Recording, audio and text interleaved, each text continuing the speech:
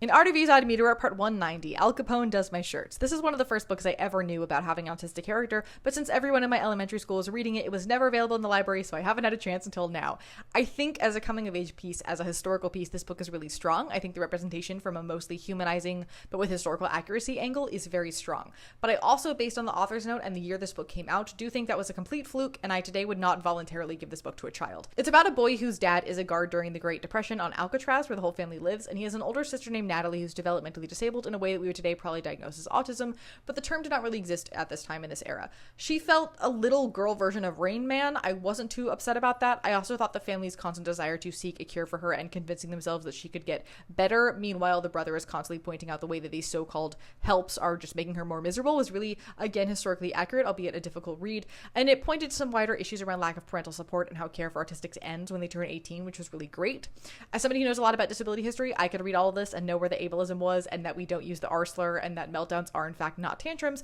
but I know the target audience for this book is not an age group that would be able to pick that out unless explicitly told about it or already in the know about those things, and would therefore internalize a lot of really harmful things. It also often fulfilled the trope of siblings can say really mean things about their disabled sibling, be a burden, and wishing they were normal because they're a selfish teenager, so it's okay actually, which I have never been a fan of. And the author's note at the end talks about autistic tantrums, how autism is a disease, and how ABA is a promising way for autistics to achieve normal function. So if this were a book for adults meant to be historically accurate with some caveats and without the author's note, I otherwise didn't mind how Natalie was handled, and in a way it ended up being very interesting commentary, but that's not what it was meant to be or how its intended readership would understand it, so unfortunately my review does have to remain a negative one.